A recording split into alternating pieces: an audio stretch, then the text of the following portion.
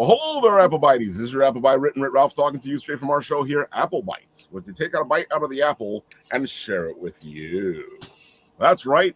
We are getting ready to head off to Garden State Comic Fest. And, of course, we got to have some fun and talk and geek out and bring you a bunch of things that you probably haven't seen, at least in a while. Oh, my God. I got to say, folks, it's been a busy summer. First technical difficulty we get going on now. What happened? Did we lose something? Yeah, you blanked out there for a second, Raphael. You're back now, it looks like. Oh, that is not a good thing. Well, I forget that we have the bad storms over here. And if I disappear, keep going. Because for a second there, Paul, I thought you were going to say he lost his sigh. Oh, I can get it back. I can get it back. Raphael. Yes. Oh, my God. Come sit by me, Raphael. Exactly. Come sit by me. So, George, you are like on fire. You know, I see you everywhere. You even got a podcast after this. Oh, yes, I do, man. I'm trying to promote the latest Kickstarter that I have going on, and I got to thank a lot of you guys. You guys have all supported, so thank you very much. I really appreciate the support, the love. You know, it's hard to do this, as you guys know, and it's good to have a tribe to help you kind of like, you know, keep going. So thank you very much. It's always good to support your peers. Yeah, man. Yeah, I like the title and I like the catchphrase because, you know, when you got to, fit in, sometimes you just got to be yourself. You know, I told Ryan. I told him when we brought this title up. I said I am going to keep messing with this. It's too easy. It's a great title. Too easy. Thank you, guys. Yeah. The shameless plug. Sometimes to fit in, you have to be yourself. Like that's amen. As simple as it gets, man. Simple, especially for us who grew up, you know, loving comics and doing this kind of stuff. For a lot of our lives, this wasn't cool, right? Not until now, where everybody's like watching, you know, comic movies and stuff like that. But back in the days when we were watching them, it wasn't necessarily cool to do it. So, you know, but we were. It definitely wasn't cool for us to do this. It looks like Luke Bond is in the comment section. We love you. Good to see you, honey. You're awesome. Love you. Ever since I got assaulted by Wonder Duck at New York City Comic Con, I've been like a Get Your Meds fan and sign up for Jorge all the time now. So I loved issue 1. It was awesome. I can't wait for issue 2. So, dude, that was excellent. I love the fact that you had somebody so pumped that they came in a Wonder Duck suit to a New York Comic Con. That's crazy. That guy, I love that guy. Man. He's amazing. He surprised me, and it was amazing, dude. It was great. It was great. Dude, have you been surprised by other people doing things with that was the first. That was the first to see Wonder Duck walking around the convention at New York Comic Con was just incredible. So, yeah, and Paul, I apologize for the assault, but you know, it's okay. He gets carried away. I had to meet you somehow, Jorge. So don't worry about it. We're good. Made an impression. Yeah, exactly. Impressions are everything in this business. That's it, man. So tell the people, you know, I know this. Everybody should know already out there about this because we talk about this all the time. But tell the people who the shameless plug is, what the story is. Give them the spiel.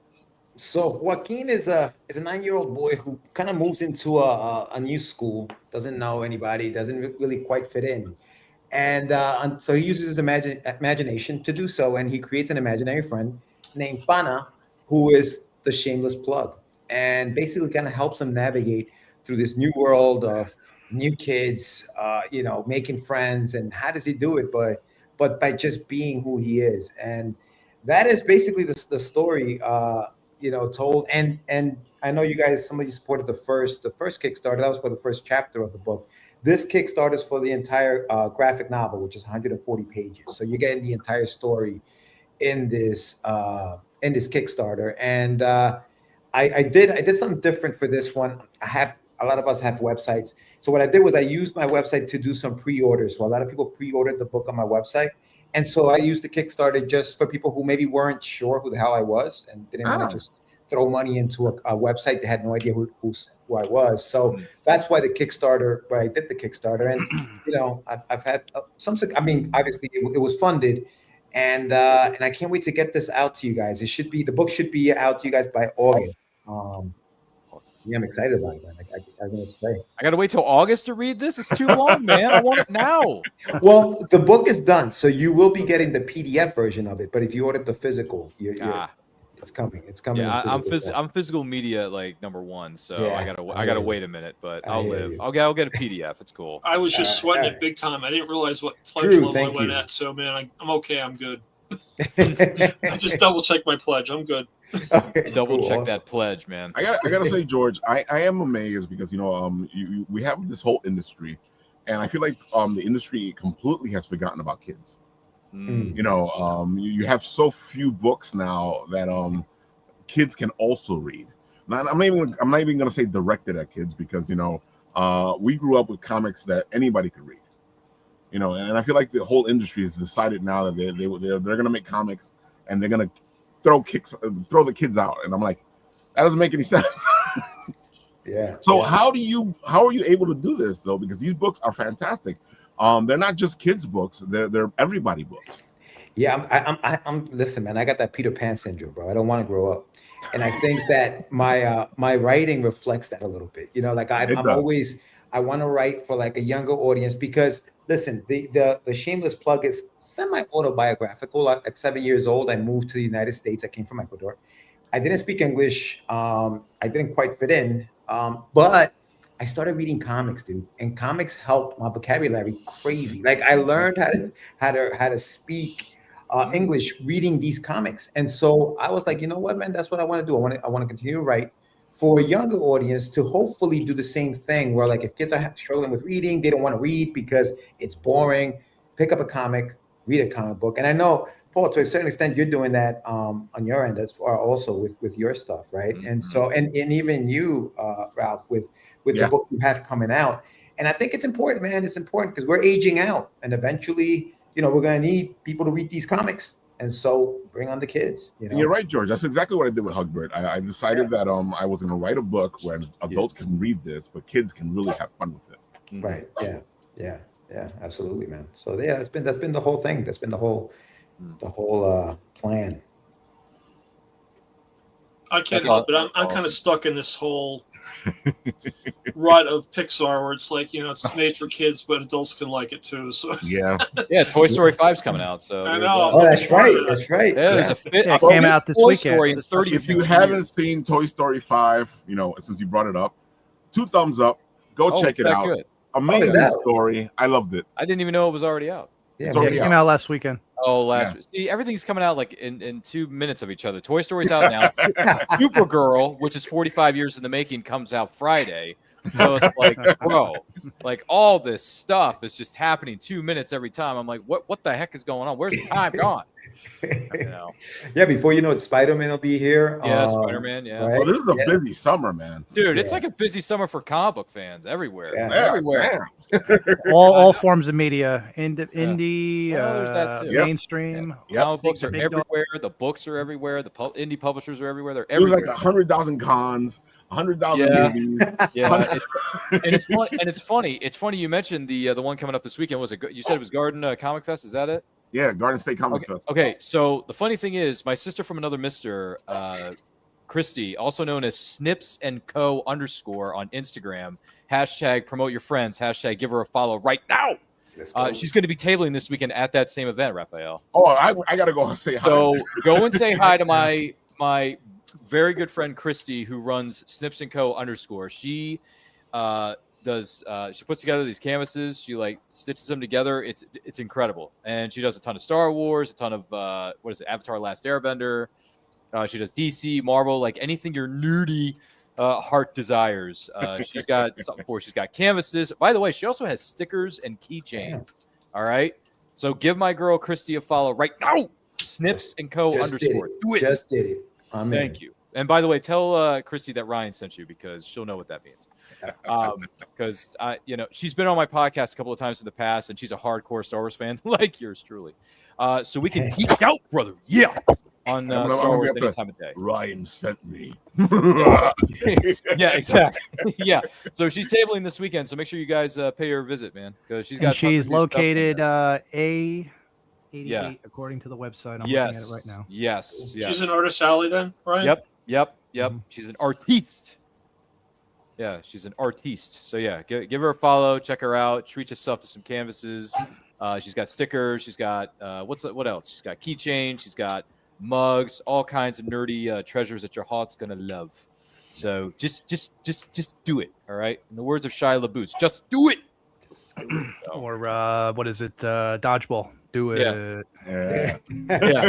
If you can dodge a wrench, you can dodge a ball. That's right. You can dodge a wrench. You can dodge traffic. Right. You can dodge a ball. That's right, Blake. See, man, Blake is. I got to be honest with Blake you. is right, on man. it. He's Blake on it. is Yeah, Blake is on it. He's quick on my quotes. He's getting quick on this. Maybe we should have Blake on and I quote. Hashtag always promote your stuff. I think you should have Blake on in the work. Yeah, we should get Blake. We should get Drew on there. Drew, I want to see you on set. We can hang out, talk some comics, maybe some books, something like that. I don't know. Yeah, Anytime. George, I do have a question for you. Yes, sir. I know I've noticed that Kickstarters are having a lot of trouble, and I gotta say, out of all the people with Kickstarters, I expected your Kickstarter to have like this major support.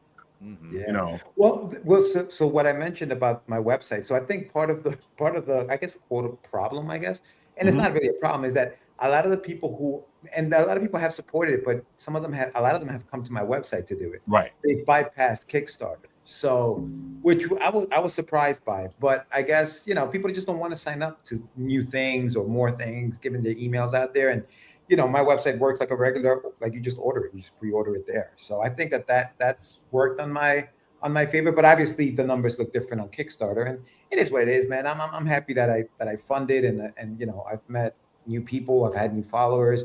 You guys obviously have come on, so yeah, it's all good. Oh, George, definitely. how many books do you have? As far as how many did I print? Oh, yeah. How many are in the Shameless Plug series, or maybe outside the Shameless Plug series? Like, Yeah. So the Shameless Plug is one book. It's 140 pages. Outside of the Shameless Plug, I published two other titles: The Adventures of Wonder Duck, which is like an 8-issue miniseries right now, and a book called Ross 5377, which is another graphic novel. It's like 6 issues combined. It's another graphic novel. So in total, I guess you could say about three titles in total for me. that's awesome. So I was asking because I know we had just had someone said that there's not a lot of people going into the kids space. Mm-hmm. Yet the kids space is very lucrative for graphic novels. So why aren't more people going into it? And so we did just have a discussion at BattleQuest with the buyer at Scholastic, and we got some insight into the data behind why less people are going into the kids graphic novel side of things, even though the sales are really good. And so what it is that the sales of books to schools through Scholastic were so good that there was an oversaturation of creators who tried to get into it, but the creators didn't think conceptually about the psychology of how to write a kid's book. And so the trick behind it, so we were told, was that, and I'm talking about this because I'm passionate, because I learned it. I'm just like this. But they basically said that most people went into it, and if they wanted 8-year-olds to buy it, they wrote it for 8-year-olds instead of a 12-year-old. Or if they wanted a 12-year-old to buy it, so what happened was so many people entered the space without understanding that component, and it kept basically the people who dominated that space retained their position in that space, and the newbies didn't get the break-in that they wanted. And so it led a lot of publishers to just not like seek that territory for sales. But I think you should try to get Shameless Plug in front of Scholastic some way. I don't know if that's a consultation call or what it is, but I would definitely like try to explore taking that to the highest level that you can, because they can get this into schools for you. And this looks like a great comic. Thank you. So I don't know if that's, what step it would take to make that happen. But that's what we learned, why the book market space for young readers hadn't had growth from the outside the way that you would think they were because of the numbers. Yeah, you know what? It's funny. I was having a conversation with somebody about target audiences, and I think that it's so true when you're writing for kids, the target audience, and how important it is. Everything I feel has a rating, right? When you look at video games, and for mature. Or like when you go into a movie, rated G, rated PG, rated PG-13, and all those things matter. So even when people come to my table and ask me about Wonder Duck, yes, it's for kids, but what age group specifically? And I tell them it's ages 10 and up.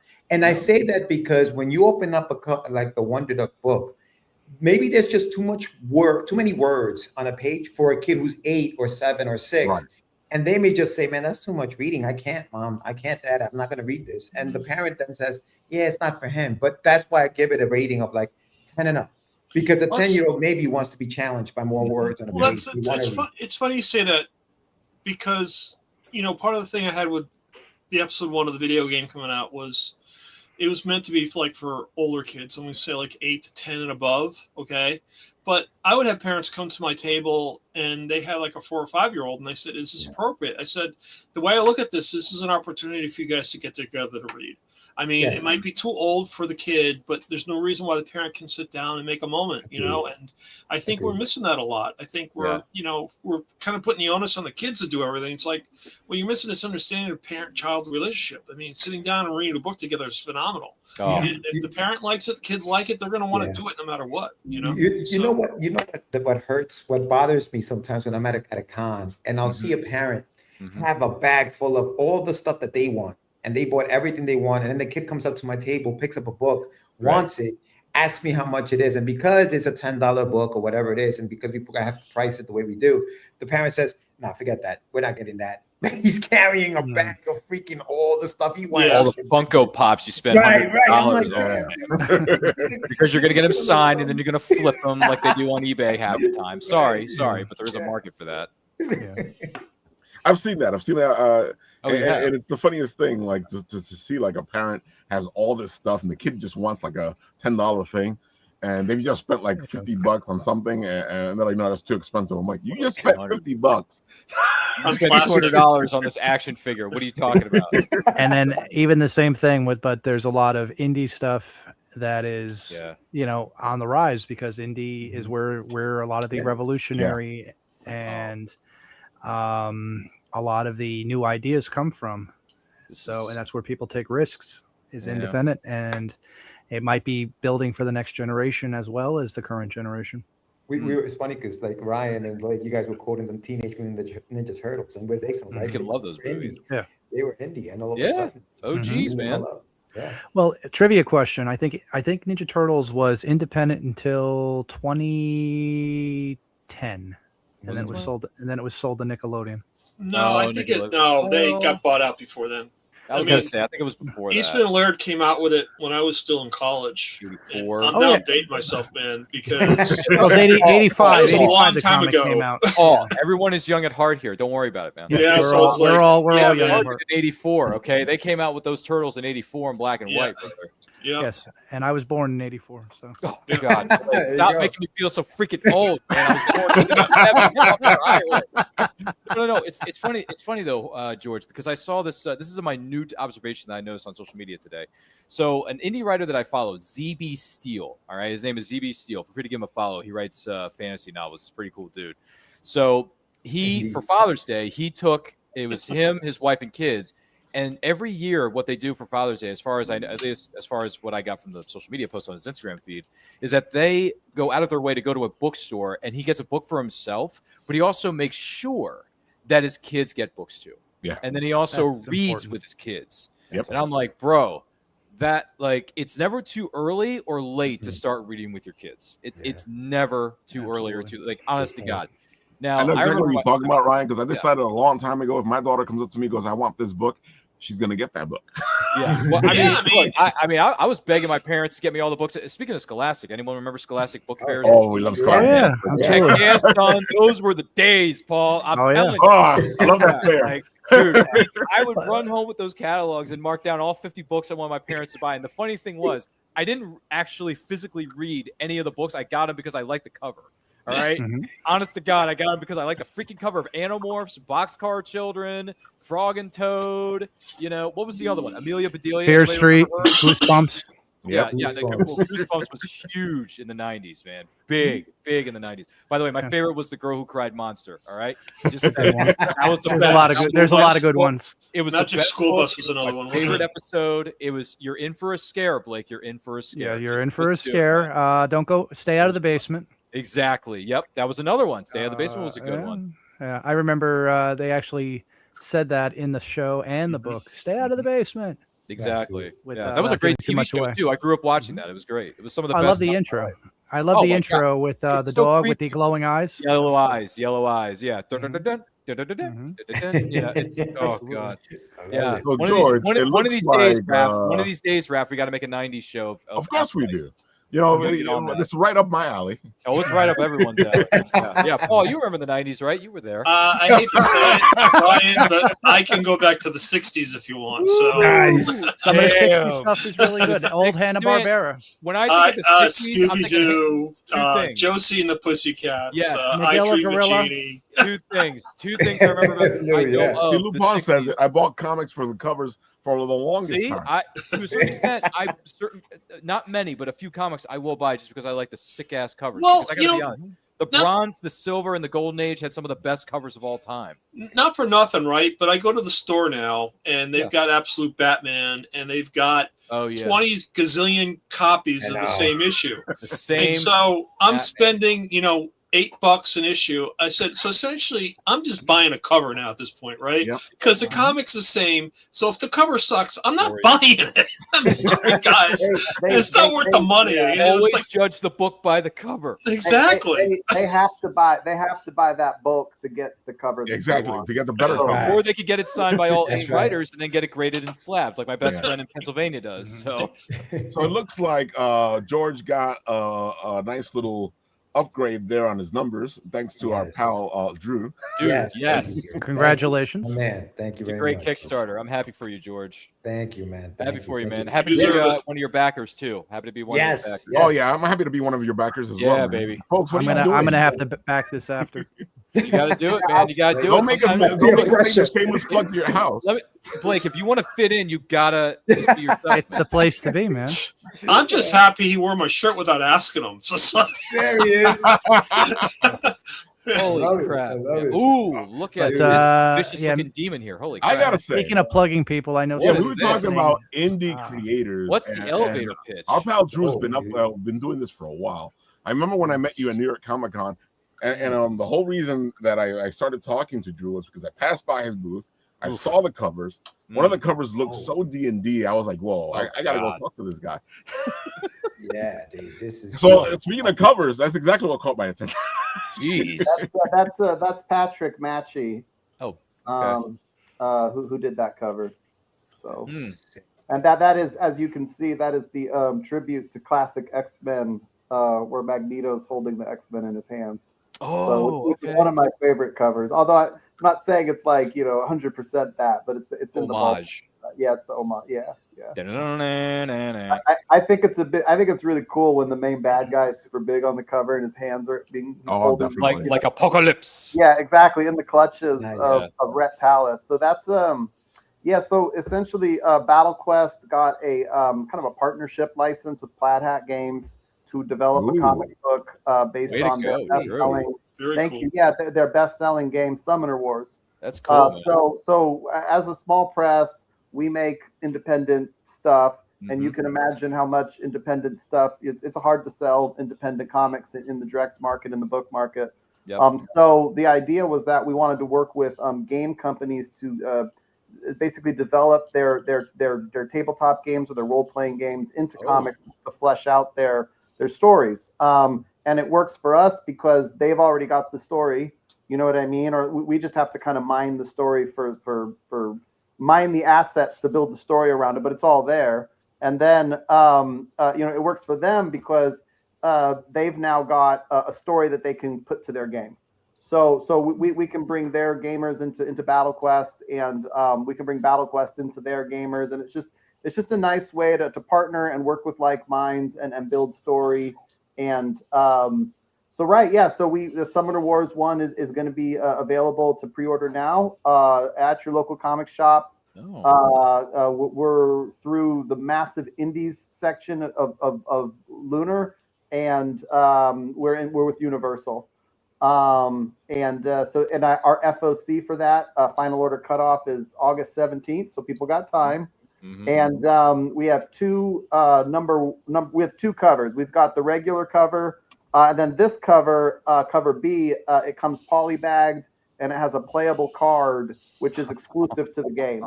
And the only way to get the card is to get cover B. Although I do believe that Plaid Hat is providing cards for their subscribers, so to be clear on that. But yeah, and so we've been building this comic for a couple years now, and we're finally ready to share it. And I have kind of taken a back seat on the story of this one. I've sort of helped kind of come up with a general direction we could go with it, but the creator of the game, this guy Bistro, Mr. Bistro, he came in and gave us all the details on the rules of Summoner Wars. Our editor became kind of a scripter, Justin Zimmerman, and he was able to take the outline we had and really nail down beat by beat a story moments in the script. And then we hired Paul Cornell, who writes Doctor Who. And he came in and did the dialogue, or he was a Doctor Who writer, wrote a couple episodes of Doctor Who. And I'll say this much for sure: when they say who's more important, the artist or the writer, I always used to say, well, it's the artist. But working with Paul Cornell, I'm like, wait a minute, if you get a good writer, a good writer goes a long ways. But obviously, I'm joking. But yeah, and so the basic plot of Summoner Wars is you've got these different fractions. Mm-hmm. And each fraction has its own summoner stone. And so you've got the knights, you got the lizard people, you got the birds in the trees, warriors, you've got the shadow elves and the fire dwarves or whatever. And they're all you can play them against one another on the game, on the tabletop. Oh, that was one of our social media posts for the back rooms. But there we go. Yeah. Yeah, but you can find Battle Quest in the back room. But nice. So for the game, you play it with the tabletop, you play it with dice, you play it with a card. You can also play the game online. Play it with dice and cards. Yeah, you can go online and you can play Summoner Wars. It's a terrific game, and at the end of the day, and this is just me, it's a terrific story. The world of Summoner Wars is a terrific story, and I. It's just flowed out so naturally, this alliance of these warring fractions to stop the evil Rhett Talus and his minions, and there's, even though they're all at war, there's a real clear definition between who would the audience root for and who should they not root for in this story, who's promising the higher quality of life, if you will. And yeah, so that's pretty much we sell one comic book a month. We've actually been out of direct market distribution for about a year because of the Diamond collapse. So we're back. And yeah, this is our first comic. And I actually think this is the first podcast I've gone on to talk about it since it's been for sale. Look at you. You came to the big time. Yeah. Hanging out with Raphael. A shaking Seiko bat. Yeah. Tell me, you didn't pay money for this. Well, yeah. No place I'd rather be.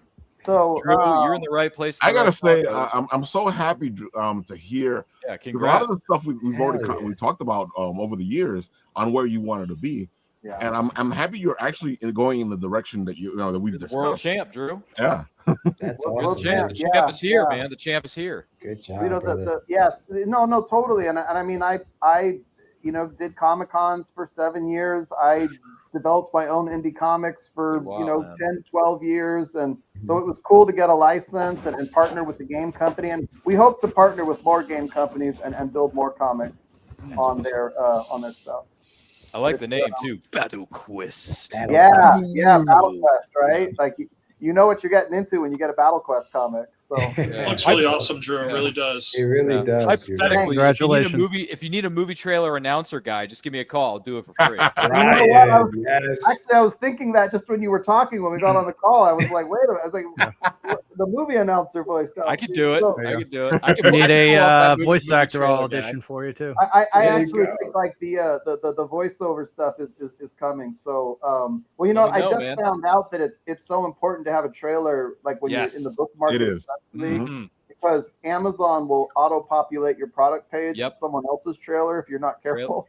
Oh So- yeah, Trailers sell, man. Yeah, so the next thing you know, like you'll have someone else's book's trailer on your product page algorithmically through Amazon if you're not careful. And The Unbelievable. quest If- of supremacy begins. yeah, It's not what I'm paying you for, Jeff. Stop it. Yeah, but in all honesty, Drew, give us a call if you need us, man. We're here. yeah, definitely. Yeah, right You know on. what, we'll be there for you. Text me up, man. I've been wanting to do voiceover for years and years and years. All I need is a opportunity, a window. So give us a holler.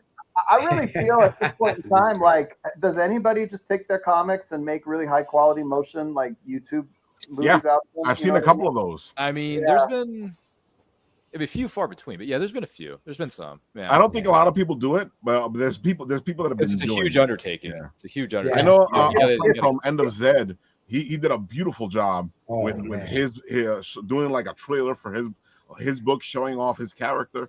It was excellent. It was a motion comic. Yeah, Ed is great with that. Yeah, Ed is fantastic. Yeah. I just think like with what's going on right now with the YouTube creator, like it just seems like it's a logical place for comic creators to go. Exactly.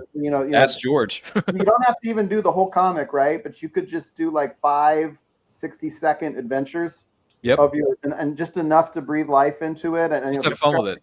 Yeah, stretch them out over 6 weeks or something, and yeah, exactly, have fun with it. So have fun with it. Yeah, always leave the people wanting more. That's one of the key things of marketing.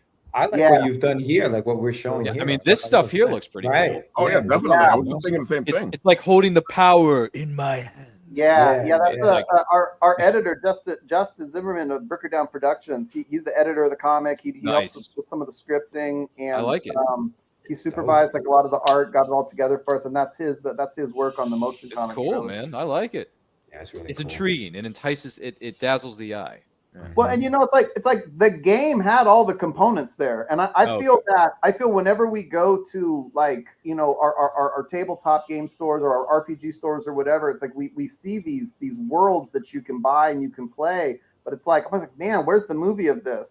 Where's the novel of this? Where's the comic of this? Exactly. Right? And so hopefully that's where BattleQuest can come in and help, because the gaming store or sector especially is one of those, like, it's a stable market, it's a profitable market, and it's also a market where independents can thrive, because game store buyers or the game store owners buy a lot of indie games.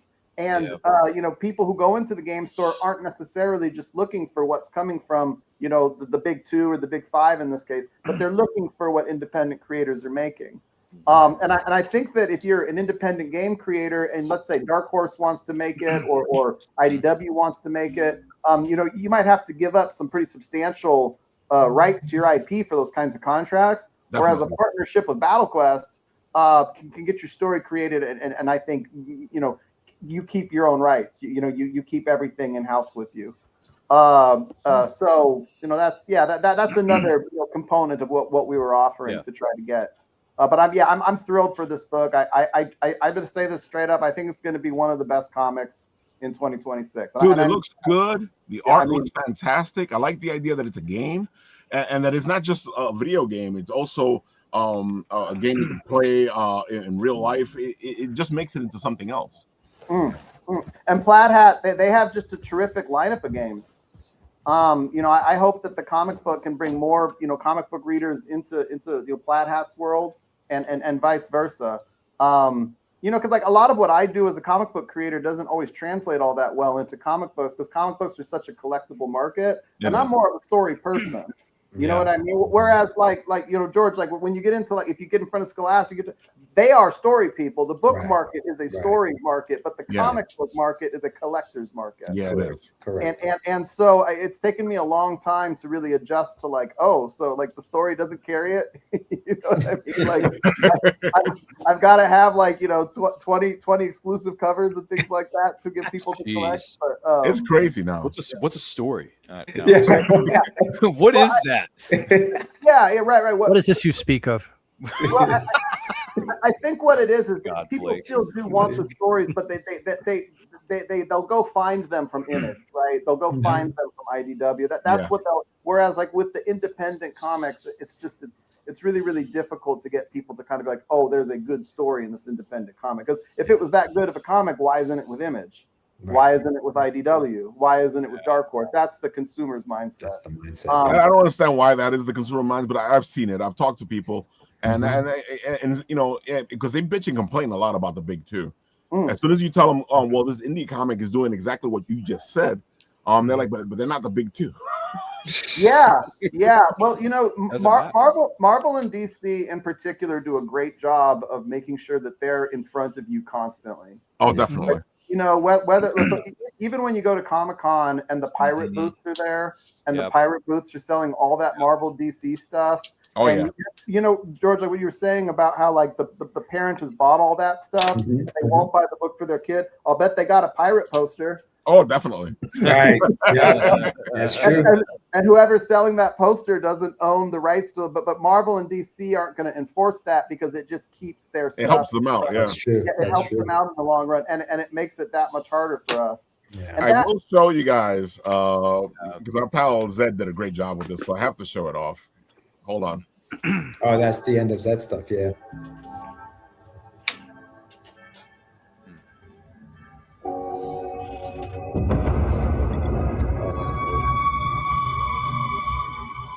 Oh, that's awesome. Yeah.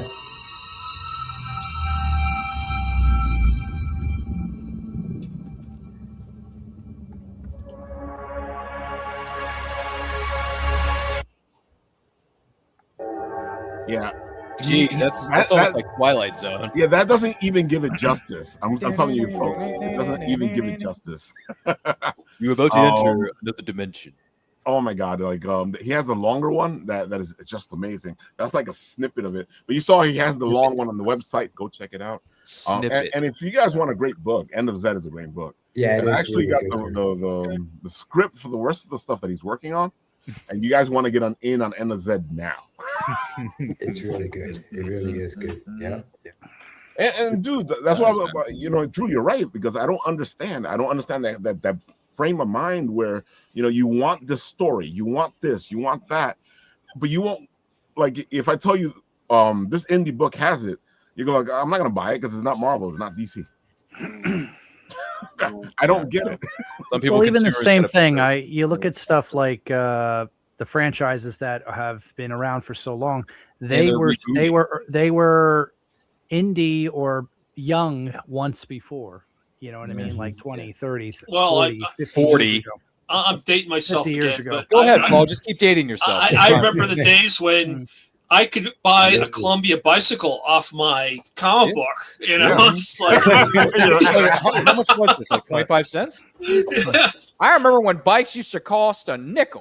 But like people are, but like some people are hungry for new comics, new IP, new media, stuff like that. New characters. That's what I want. Exactly. That's what I want to see. But to Blake's point, these big guys were even in the barrel, at the bottom of the barrel, back when I was a kid. I mean, struggling.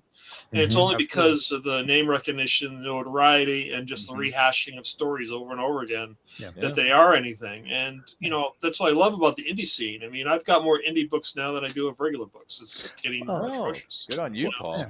Absolutely. Bring out those long boxes of comics. Yeah, man. I got yellow boxes for all my indie books. I got like 10 yellow boxes. Yellow boxes, we're color coded in his music. Yeah, it's the only way I can tell. It's the only way I can tell. In a world of yellow boxes. Yellow boxes. I can pull it up and show you if you want. Oh man, we could cut together so many trailers with these voices right now. I do voices. What do you mean you do voices? Well, I do voices. So I hear voices all the time, and I talk. I know. Drew's hearing voices. I'm going to leave those voices alone though, because they get me in trouble. Voices. So, Drew, you besides this, you have other great stuff. Amazing stuff. Tell the people all the other stuff that you guys work on. Oh boy! Well, next year we're launching the Mechstravaganza. So it's basically 3 comic books that are going to deal with mech war action. You'll get Nomad the Unconquerable, he's a demigod that battles an alien mech. You'll get Steel Siege Battle Lines, which is it's literal mech on mech combat, and then you'll get the 27 rung Clash, which is It's like kaiju versus mech action. Ooh, and so we're Shut up and take my money. Yeah, shut up. Go. But that's going to be like in the fall of 2027, and we're going to be offering terrific deals for these comics. So they're going to be bundled up. They're going to come. We're going to do everything we can to. Everything must go from the Feed me more. Let's go. Yeah, the Great Mech War crossover. I wish I had given you my graphics so you could share it. I'll give it to you another time. And then, do that. yeah, and then we're going to wean into kind of a kid's book called Elitari. Which we'll have more to share on that one soon. And then 13th Age is the next game we're going to adapt to comic books. Ooh. So I think I'm actually exclusively announcing that on the Bitten Apple. There you go. Hey, this is why we come to the big time, son. Yeah. I gotta say, Drew, this like is WrestleMania right here. This is all the stuff we were talking about. You said you were going to take a step back, and then you were going to try to do more of this. A little bit of breathing. Because there's so many people out there, and then bringing them on and helping them do their stuff, which is one of the things that we want to do. We want to help people rise. Yeah. All right. Absolutely, dude. And the treadmill bucks you off. It bucks everybody off. And so one of the advantages of comic books, as much as we've been complaining, but the advantages, comic books is one of those things you can get bucked off the treadmill and it's okay. You can get right back on. You can't get bucked off the movie treadmill so much, right? That's bad. You can't get bucked off the video game treadmill. But the comic book treadmill is one that, like, your career can slow down a little bit. You can go reorganize and you can bring it all back. And what you learned the first time, you can we'll strengthen your run the next time. And I think it's important to not get bogged down by the pressure of all the deadlines and take your time and just get your work right and see it as a process first and foremost. Great stories come in time, man. Great stories come in time, right? They really do. I hate to tell you this, Drew, but I'm begging you to let me unleash my inner Idris Elba and drop "We Are Canceling the Apocalypse." Please let me channel my inner Idris Elba so bad. Because Pac Rim is a fun movie, man. Yeah, we did a showing of Pacific Rim to promote 27 Run at the Hollywood Movie Theater. Yeah, we did a show. Justin organized a showing of it. And love it. I didn't like that movie when it came out, and then when I watched it a second time, I loved it. Yeah, I was like, "Oh, this is total." I totally misunderstood this film. Cool. It's a good movie. No, it's a good movie, and the fact that Idris Elba cancels the apocalypse, in the third act, I freaking love that because he's Idris freaking Elba. I gotta say, guys, if you haven't been on Catch the Craze, you should go be on Catch the Craze. Yeah. Book yourselves on the show, guys. Book yourselves on the show. I put the link in there. Book it. Yeah. Because I've been on that show, not once, but twice. I'm a two-time. Oh, yeah. It's a blast, man. Yeah, man. You guys all just whatever you want. Just book yourselves on there. That's the Calendly. Just third time's a charm, George. I'm going to be on there for number 3. You know why? Third time's a charm, man. I'm there. Yeah. Third time's a charm. We got to get Drew on there, too. I'm saying. Drew, you got to get on that. I'm signing up right now for July 21st. There you go. Get on it. I want to see you there, man. Let's go. Let's go, man. Yeah. Drew is a great guest, as you can see, and that's why we're going to have him back again. We're going to put him on all the shows. He's going to be everywhere. We're going to have Drew on the Catch the Craze. I just follow Battle Quest Comics on Instagram. I'm looking at the website. I'm going to do that. Yeah, I followed as well, and thank you for the follow back. Yeah, absolutely. Yeah, I'm all about cross promotion. Yes, 100%. Teamwork, baby. I always on my stories, I always like to plug people I know. And Blake, you do incredible work with everybody here. Yeah, everybody here. Always happy to show cross support. Promoters. If you folks want to see some beautiful people, these people here, beautiful people, they'll promote you like crazy. Stop it! And talking to cross promotion, Blake, he's constantly promoting. Oh, dude. So Blake, tell the people what you do. Well, I right now I'm a comic creator, and nice. I've come from an entertainment industry. I've done some voice acting and stuff like that. But right now I am with issue 2 of Philandra of Heroine of Darkness. We have a great team on it. I'm the writer creator. We feature some returning people on Philandra. The elevator pitch is for issue 1 is. By day, it follows Adriana Woods. She is a journeyman mechanic in training. By night, She is the vigilante philanderist. She has to deal with the loss of her mother, as well as the rise of crime in a futuristic cyberpunk future set 70 years. Has elements of magic, tech, and an ensemble cast, including a two-tailed magical cat named Cole, which is right behind me. And also, if you notice her armor, it's influenced by Sikh culture, and she's also trained in a form of Sikh martial arts, which is a combination of stick fighting as well as the origins of Kung Fu. And it's got an homage artistic style of 90s animation as well as anime. And that's the artistic style. The team includes a variety of industry veterans as well as recent Hubert School graduates. For issue 1, we had Eli Ramos, who's also back for issue 2 on the interior art. On issue 1, we had Keith Williams, who did the cover of issue 1 right here. That was the main cover. And then we have the limited edition variant, which I still have some copies left. Was done by a very talented artist named Ava. She's also doing the upcoming book, The Heroic Losers. Yep.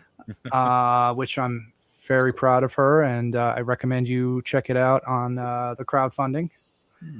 And then what's going to be exclusive to Bitten Apple TV, which I told Ralph, issue 2, we have the covers. It's actually in my hand right now. Uh-oh. This is the cover for issue 2. And it's Awesome. done by Chris Mad. Chris, I know it was Chris Mad. Yeah, that's issue 2 cover. Features Screwfly as well as a new character named Cobalt Lee and Adriana Woods, who is also Philandra on cover of issue 1. And then we have the variants. Oh boy. Which is a limited edition as well, which Ava came back and did the variant. And this is the variant. Oh, look how beautiful it is. So we are very excited. It's going to be debuting at the Garden State Comic Fest on June 27th. It's, shout out to Dave and Eric and everybody down in Garden State. And thank you to everybody that's always been supportive. And with issue 2, it takes more of a deep dive into Damian Kovacs, who's a criminal leader in his organization, The Gathering, as well as a lot of different things that unfold there, as well as a deep dive into more of Adriana's bond with her extended family and a lot of different little trinkets. And we have some new characters as well. Another character is, here, let me see if I could find it for you. I'll look it up right now. Here you go. If you look up right here, you've got Little Gangsters, and which is an homage to like some fairy tale dwarfs meet. Basically, that's the pitch, which is fairy tale dwarfs that meet classic gangsters. Awesome. I love it. And they're known as the Dons, and they also share each other's thoughts, and they complete each other's sentences. Okay. So are you going to make the Garden State Comic Fest cover with that same design for the book? Which one? Oh, the one I'm looking at right now on Instagram. That's my promo thing. That's my promo thing. That I'm going to be at booth A81. You're only going to be a few blocks away from Christy. So yes, I'll have to go over and say hello, or she'll have to come and say hi to me. And also the rest of the team is who else? We got Justin Birch, who returned. Oh, that's my BFF right there. 88. Absolutely. I'll have to check. Look how great those canvases are. Absolutely. Incredible. And by the way, the fact that she's got a Batman Beyond one in her promotional materials, I'm like, hell yeah. Oh yeah, I love Batman Beyond. I love the part. Yeah. Let's side tangent. I love the scene where when Bruce Wayne had the speaking of 90s early 2000s homage animation. Speaking of that, I remember the scene with when Bruce thought he was crazy and he had the voices from Shriek. And then Terry McGinnis gets up and goes, "Well, how'd you know the voices weren't coming from you?" And he goes, first and foremost, I'm not crazy. I hope your second reason is more convincing. Well, the voice kept calling me Bruce, and in my mind, that's not what I call myself. And he goes, and then he goes over and he's like, oh yeah, and then he gives him a look back. What do you call yourself? And he gives him a look back. Obviously, it's Batman. And he goes, and then he goes, well, that's nice. And then Terry goes, but that's my name now. Dude, that's so cool. And I years and years ago, I met both Kevin Conroy and Will Friedle at two different events. They were both wonderful gentlemen, great guys. And it's sad that Kevin's no longer with us. But every time I read a comic, I'm always hearing Conroy's voice as Batman. And the funny thing is, Blake, that the fact that you're friends with my friend over there, Eli Ramos, Eli is a friend of mine. So I find that hilarious. Small world. And mine is blown to bits because you're friends with one of my buddies up there in New York, New Jersey. So do you know if is he going to be with you at Garden State Comic Fest? He will not be there, but I did a show recently. We did Mutant and Proud. And then I will be with him. He's going to be there both days, but we haven't been announced yet. But we're going to be at the RetroCon in Oaks, PA. Eli and I are going to be there. I'm going to be there on Saturday because I'm going to have to split my weekend into two conventions that I have not announced yet. But sounds about right. But Eli is going to be there both days, and I'll be there on Saturday. Of that month, and then I think that's September. I think September 12th and 13th. Yeah, I will be there. This once again, we're going to shock everybody. This is an exclusive to Bitten Apple, whatever it's called, written AppleTV. I'm going to be at RetroCon as well. Oh, nice. We'll have to come say hello. All this stuff being announced at the same place to say that. So I already took the time off, so I'm going to be there. I do have a podcast. I technically have one scheduled for that Saturday, like during the afternoon, so I probably won't make it there Saturday. I will be there Sunday 100% for sure.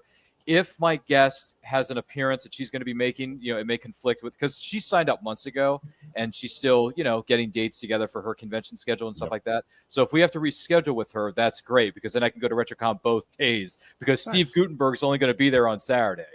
So, I heard they just announced them. I love the people that do RetroCon. They're awesome. Oh, dude, I've only been there once years ago, but it was so much fun. And the fact that they're getting April Curtis from Knight Rider, and they're having an official, Kit's going to be there, the flag, mobile unit mobile, the full flag, everything Knight Rider is going to be in his Manizzi in Oaks, Pennsylvania, which, funny enough, I just became a Knight Rider fan within the last few years. Oh, I love Knight Rider. I love William Daniels. It was before my time. Sorry, Paul, I'm dating myself here. But I will say this: Knight Rider as an 80s show is one of the better shows. It is. Because the theme song is banger. The car is badass. The fact that Mr. Feeney is the voice of Kent, all right? The voice of Kent. Feeney. And then you get Feeney, and then you get all these cool little, episodes, how to a certain extent Knight Rider was ahead of its time. So it's such a good action-packed show, man. So yeah, they're gonna have a whole display of Knight Rider merch and all this other. And I'm just thinking to myself, okay, David, Hasselhoff, this is before my time, brother. Because I remember watching you on Baywatch, but that's a different story for another day. Yeah. The guests right now, I'm looking at the guest list. Dude, the guest list is insane. It's not. Oh, I know. One acquaintance of mine, Billy West, is going to be there. I love Billy. He's a sweetheart. Dude, I grew up watching him as Doug Funny. On Doug. Yeah. He was also Mayor McShane, and he was also Slimer in the Extreme Ghostbusters. See that I didn't know. That I didn't know about Slimer. But here's another thing for you. Here's another fun fact about this. He's a great guy. He's really. I've met Phil Lamar before, because obviously Justice League Unlimited, John Stewart, Green Lantern, you're a badass mother effer. But I'm gonna walk up to him and say, Marvin, what do you make of all this? Man, I don't even have an opinion. An opinion? You gotta have an opinion. Anyway, anyone get that? That's a little before my time, Ryan. Oh, come on, man. You've never seen Pulp Fiction. Oh yeah, well he was in Pulp Fiction. Yeah, he was a kid, he was a baby in that movie. I loved him as well. Everybody loves him as GL. It was like Yummy wants you guys to reintroduce yourselves. Starting with George. Go We ahead. already did the intros. Go back and watch the replay. We'll do it. We'll go over. George, go ahead. No, yeah, RetroCon is going to be a lot of fun. I look forward to seeing everybody there. By the way, everyone at this table, including you, Blake, you're already going to be there. But everyone else, you need to show the heck up at RetroCon. It's a great show. I think Now, where is RetroCon? Just so I know, because I have no idea where RetroCon Oaks, is. PA. It's at the big venue over there. I forget the name of it. It's Greater in the Philadelphia Expo, the Greater Philadelphia Expo Center in Oaks, Pennsylvania. Okay. Yeah. Tickets are cheap, man. Tickets are cheap to this thing. Also, shout out to Frank with Migo Toys. He does that show a lot. I love Frank. RetroCon is freaking awesome. It has the 80s, which I came later on, but I grew up in the 90s, so it's got 80s, 90s, everything, and I'm just like, yeah, I'll take it. Shut up and take all my money. Somebody else who's listening to who Ralph knows is Mindy Indy. She's listening as well. So shout out to Mindy Indy. PT Comics, what's happening? Yeah. Part-time? I didn't know you worked part-time. That's cool. Part-time comics, great guys. I wish I love part-time comics. I wish I could work part-time. You want some rockin' comics? I can't. Yeah, give each of us a follow, and we'll follow you back. Part-time comics. Yeah, part-time comics. Get on that Instagram feed, man. All right, George. Yeah. Tell the people. Reintroduce yourself, George. Yeah, make it quick because you got to be. I'm actually gonna head out now, but which is perfect. See, shameless plug now. You know what you're doing. You know what you're doing. So the shameless plug is on Kickstarter right now, guys. It's the story of a little boy who is trying to fit into a new school, new world, trying to make friends, and he realizes that the only way to do it is by creating this imaginary friend that's going to teach him that sometimes to fit in, you have to be yourself. The Kickstarter is live now. I have 23 hours left. Tomorrow at 8:30 p.m. is when it'll be over. So please make sure you pledge to it. I am doing a stretch backer goal. If I reach 60, I raffle off an indie comic from one of my indie friends. I'm happy you mentioned that because I wanted to talk about that before you left. I love what you're doing there. Go ahead, explain it. So if you scroll down, so inside the book, I mentioned this to you guys. Growing up here in the States, coming from another country, trying to learn the language, I used comics to learn, to read and all that other fun stuff. So in the book, Joaquin, who's the main character, he's at a comic books. He's actually in front of a spinner rack where there's a bunch of comics that he's about to decide which one to buy. The comics on the rack are real comics from friends of mine in the indie space. So I have, I think I have Path of the Pale Riders up there. There's a book called The Mighty Mascots by Keith Gleason. Both of those have already been won by somebody. And so what I'm doing is every 20 backers that I unlocks a new book. So there it is. So I'm spinning a wheel tomorrow night for somebody else to win a book from the spinner rack. End of Z is on there, as you can see there. So, and how much can I pay you, George, for that? Yeah, how much do you need me to send you Venmo to make me the grand prize winner of this giveaway? So I didn't say that. I'm sorry. What was that? Oh yeah, Paul and I were speaking. 20? Did you say 20? Was it 40? George, you want me to Venmo you 60? I'll do 100. Try and type that no, right. No, this is getting good. Maybe I won't leave. So we're doing that. So we're 3 backers away from unlocking a new spin on the wheel tomorrow. And man, so we're having fun with it. Thank you guys. Thank you, Ralph, for having me on. You guys have been amazing. Love to here on the panel, people watching, Lou, who's always out there. Thank you guys so much for the support. We love you, man. And I look forward to seeing you guys on Catch the Craze too. So make sure you sign up. I got to sign up for part 3, man. We got to make this a trilogy between me, you, and Sam over there. You know what we're gonna do? Me and Ryan are gonna show up on the same day. Yeah, I don't know if they can handle that. I don't know if George. I've known Sam for years. I don't think Sam can handle that. Ralph, if you're gonna go to RetroCon, maybe we do a little carpool and head out together. If you want. Ralph, please come to RetroCon. He's just trying to tempt me to go. I want to meet all of you in person. Like I want to see Ralph. RetroCon looks like it's gonna be a thing, man. So it looks like it, baby. Look, even Yummy's like, well, I'd go, but it's 6 hours away. Dude, do it anyway. It's worth the drive. I drive 2 hours and change to get to this thing. It is so worth it. Another convention I would recommend too, as Ralph knows, the Urban Action Showcase. Oh, definitely. In Manhattan. Oh, in Manhattan. Sorry, that's a little above my pay grade. That's a little above my pay grade. Well, guys, I'm gonna head out. Thank you again, man. Love you, man. Take care, man. Take care. Good seeing you. Congratulations. Thank you. Thank you so much. Peace. Yep. So He's a good man. He's a good man. I like that guy. We need to bring him back. Yeah, George is good people. It's good people. George is fantastic. Yeah, that's a great looking comic. I mean, he's got so Yeah, definitely.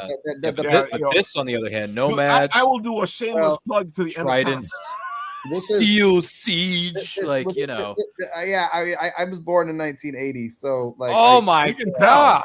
I grew up with all these epics that I only found out later on. I found out later on that none of these were very profitable. Like unless boys, all my favorite movies except Star Wars, nobody watched.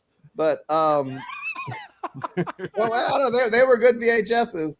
But no, yeah. So just we're Battle Quest Comics. You can find us in the direct market. You can find us through Lunar Distributions via Massive Indies.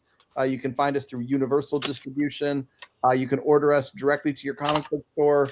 You can use the comic shop locator, obviously, to find a store near you and pre-order our comics monthly. You can also go to Midtown Comics or Golden Apple Comics or Third Eye, and you can order direct to your home. And then through the book market, you'll be able to find us. We're distributed by IPG, so we'll be in Barnes and Noble, we'll be in Books A Million, we'll be wherever books are sold, basically, for at least the next few years. And so please take a look for us. I'll be looking for more things to hustle as time goes on, but right now we're really focusing on Summoner Wars, which you can order it a pre-order up until August 17th. And get that collectible limited edition cover B for just $6.99, and keep it safe. It'll be worth $100 one day. So, there you go. If I slap it, it'll be worth more. Yeah. I'm gonna say, get graded in the slab. Yeah, they're gonna have the slab guys at many of the conventions. Yeah, $1 million. Exactly. And the best part of this plan is, Drew, no one can stop. No, you know, Scott, you're just not evil enough. You're semi-evil. Exactly. You're quasi-evil. You're the Diet Coke of evil. You know, it's just not evil enough. You're not. Okay, I'm sorry.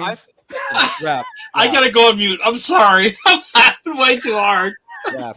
All right, Blake, go ahead. Tell the people. Go. I thought I was good at quoting stuff, but man, Blake. Blake is good. Blake is good. Blake has the number. I'm just crazy, man. And plus, Blake's I'm got adorable. the number. So. He's Blake, got me figured. tell us who you are. Go for it. Well, again, I'm Blake Sawatsky. I am the creator of Philandra, Heroine of Darkness. Again, I have issue 2 debuting at the Garden State Comic Fest. It follows Adriana Woods, Philandra, and an ensemble cast and crew and then issue 2 debuts on the 27th. Actually, they're by choice. I'm still indie, and it is. You can actually get issue 1 in select stores in New Jersey and California.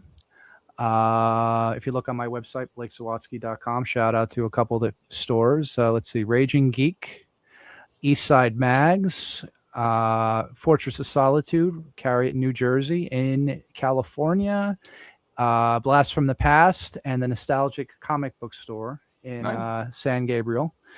And then we're going to be reaching out to some other people that have been reaching out to me. It's just, again, I apologize. I'm a one-man band when it comes to that kind of stuff. I don't have my secretary yet, but it's basically I'll be at the Garden State Comic Fest, booth A81.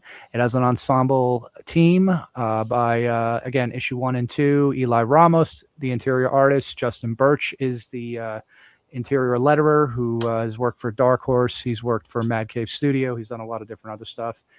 And the cover artist for issue 1 was Keith Williams, a friend and mentor of mine. I'm very blessed. Keith's awesome. As well as the lettering was done on the logo was done by legend Rick Parker. And the issue 2, Chris Madd did the main cover, which is going to be debuting. Whoops. And then Ava has done the variants for issue 1 and issue 2, limited edition print run. And that's revealed. Issue 2 covers have been revealed on the Bitten Apple. There you go, folks. Go check them out. And you can follow me on Blake Zawadsky on Instagram, BlakeZawadzki, and as well as follow the awesome team for Philandra. Again, if you like 90s animation and anime, if you like a lot of the homage to like the 80s and 90s popcorn movies, as well as just like a little bit of stuff that will stay with you and interesting characters and stuff like that, this is the book for you. It's an audience from teens to young adults, as well as 30s to 40s and the female demographic. So we're just excited, and we're just getting started. We're already starting early work on issue 3 and many other little surprises. But again, Blake's a busy man. I am awesome, a busy man. I can't wait. I can't wait to get my copy. Yes, thank you. And a lot of people and do voiceover competitions with this guy. See who does better impressions, Oh yeah, well I do some impressions here. Let me do another one. Let's see. God. Hold on. See, I'm going to be put to shame here. Hold on. Goodbye, Charles. I am Eric Lancher, Magneto from the X-Men movies, but my real name is Sarian McKellen. And I had a great time with Peter Jackson making a small movie called The Lord of the Rings. I stepped into my little spot as I looked up onto camera, and I was there, and I had a nice pointy hat and a magic wand. And it was great talking to Peter, and he used to give me the lines. And I also was in some other things too, like the Scarlet Pimpernel. See, folks, you can't say we don't give you all the geeks. I can't. I can't compete with this. I can't compete. I'm not worthy. Here's a favorite one for that Paul always likes. Hold on, let's see. Scooby-Doo! Raggy! It's funny because I grew up watching Scooby-Doo and the Reluctant Werewolf as a child. That's a great one. Yeah. Scooby-Doo! Anybody remember that mini movie that they made? Yeah, I got it right that was here. fun. I have it right here on my. Oh, look at this, folks! He has all 50,000 Scooby-Doo movies in his collection back there. That's great. Ryan, what do you do?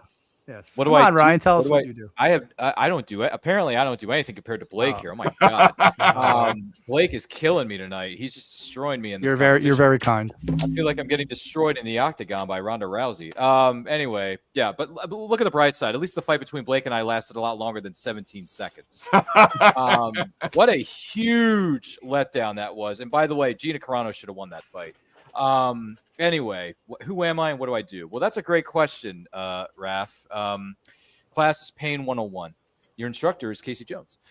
Sorry, I watched that movie 3 billion times, Blake, and I have no regrets. But my name is Ryan. You're going to like Garden State Comic Fest because they have a big, I'm sorry to interrupt you, but they got a big reunion there for Turtles. It's funny because I met the cast of Ninja Turtles a couple weeks ago at Fan Expo in Philadelphia, Pennsylvania. So that was a lot of fun. So I already met my Ninja Turtles quota. Sorry. Okay. But anyway. I know that's what you were looking forward to. I remember you were. I was, yeah. Last time you were on the show, you were like, that's where I'm going, Ralph. Yeah. You guys were in Kaiju, Brooklyn, wherever it was that weekend. Kaiju. And then I was hanging out with the TMNT and Smallville cast in Philadelphia, Pennsylvania for Fan Expo, which, by the way, that was a lot of fun. Check out our photos on my Instagram page. But anyway, my name is Ryan. For those of you who don't know who the heck I am and what I'm doing here, I'm a podcaster. I'm also a writer. I podcast because it's fun. I've been doing it for on and off. I've been podcasting for 20 years, but the show I do now, which is And I Quote, that's been going on for about 6 years.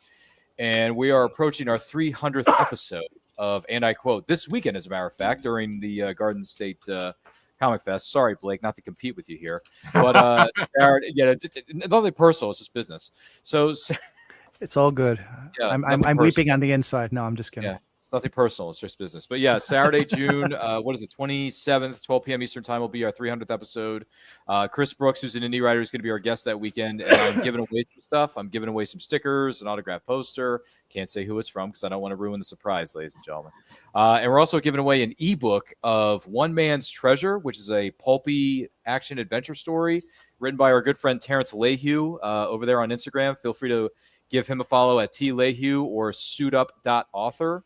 on Instagram. He does a podcast where he interviews indie writers, and he dresses a lot better than anyone here, including myself, because he literally wears a suit in every single episode of his show, and I feel like he wears a suit 24/7. I think he even sleeps in that gosh darn thing. But Terrence Lehue, I love you like a brother, man, seriously. But yeah, so and I quote, I basically interview indie creators from all over the world. I do it on Saturdays, 12 p.m. Eastern time. Everything we do is live because I don't know how to edit. I'm sorry.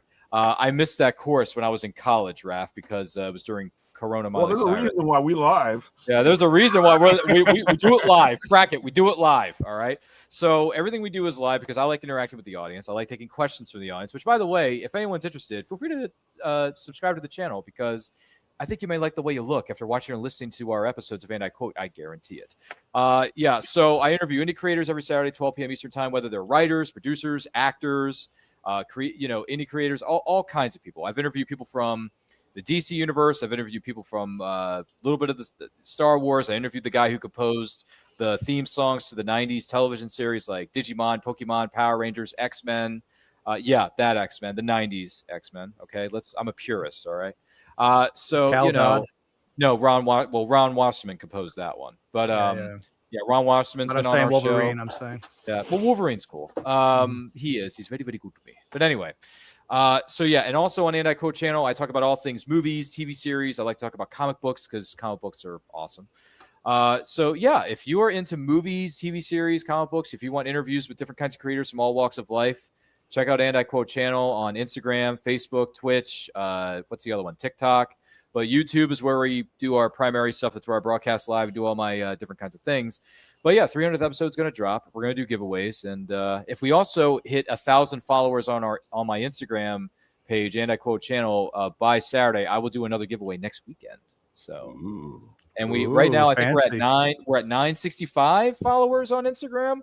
So if you could help us get to 1,000 there, Raphael and your fellow peeps here at the Bitten Apple, Written Apple TV, that'd be fantastic because I want to do as many giveaways as humanly possible. Why? Because I'm a nice guy and I want to give back to the community because I like this space. I like entertaining people. I've been entertaining people since I was 6. Blake, I've been doing voiceover. I've been doing impressions since I was 6. I have no regrets. So I've had 30 plus years of practice, brother.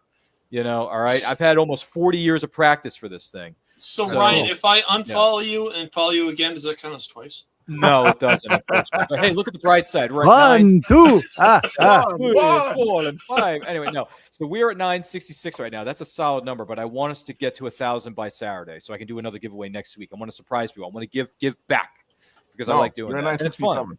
It's fun. There's 967. Thank you to everybody who's followed us from the beginning, or you're just following us now. Thank you so much. But yes.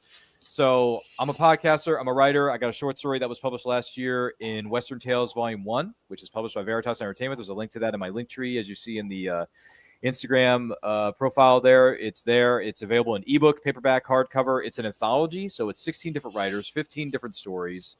And I submitted one for Western Tales Volume 2. Hopefully it gets accepted. I don't know yet. So cross your fingers, cross your toes, sing your Hail Marys. Let's see what else. Sending positive vibes. Thank you. Please do, because Western Tales Volume 1 was a lot of fun last year. I would like to be a part of Western Tales Volume 2 later this year if it's a possibility. So please, yeah, thank you. I appreciate all the support, every single one of you. So yeah, I only started writing within the last year and a half. I mean, I toyed with it during the lockdown, and it was a lot of fun. And then I just kind of put it away, and then I joined a Discord for the men's adventure fiction genre. It's called the Men's Adventure Fiction Discord, but both men and women are a part of it. Yes, it's true.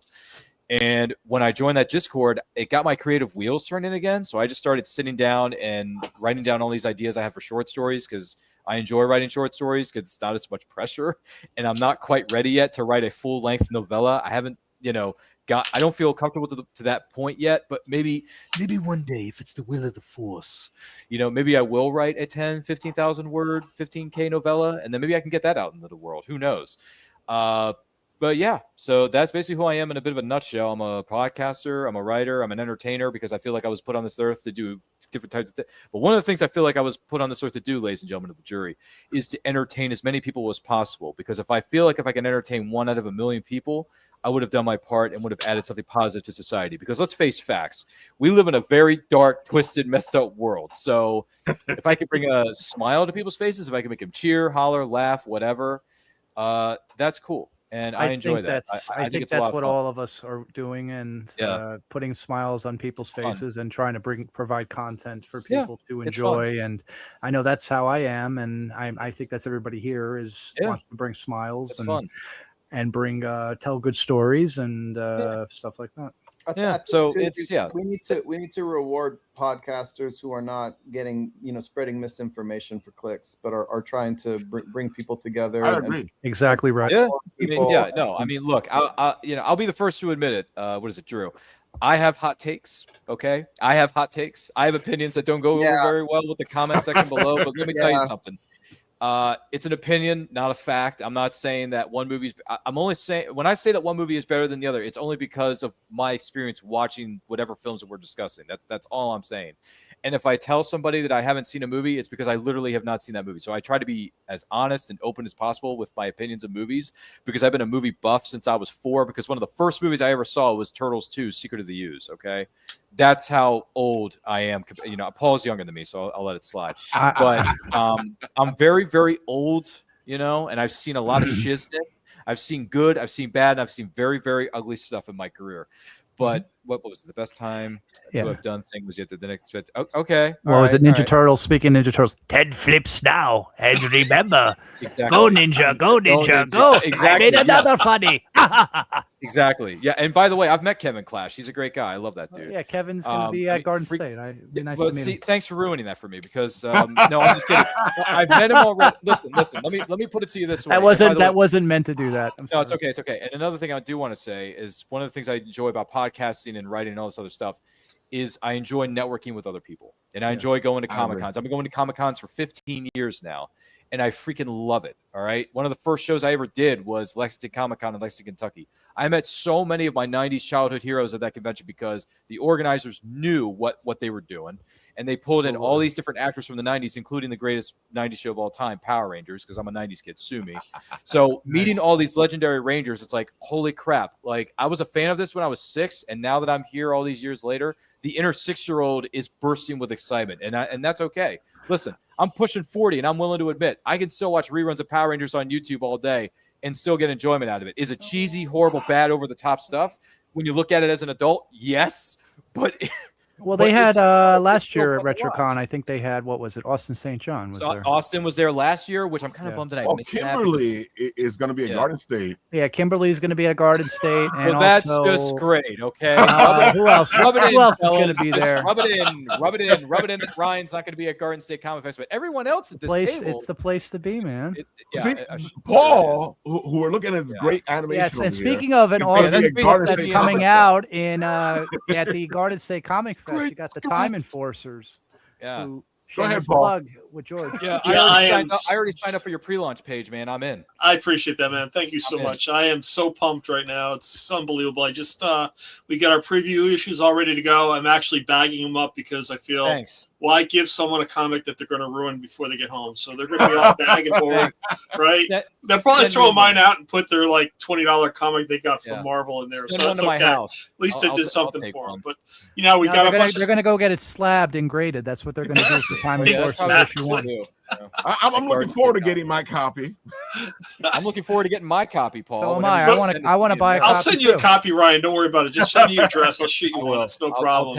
I have to go over and get a copy from the cover, professor. man. That cover is sick, though. It screams Maltese Falcon. It screams Casablanca. Yep. All rolled into one tight, baby. You understand what I'm saying?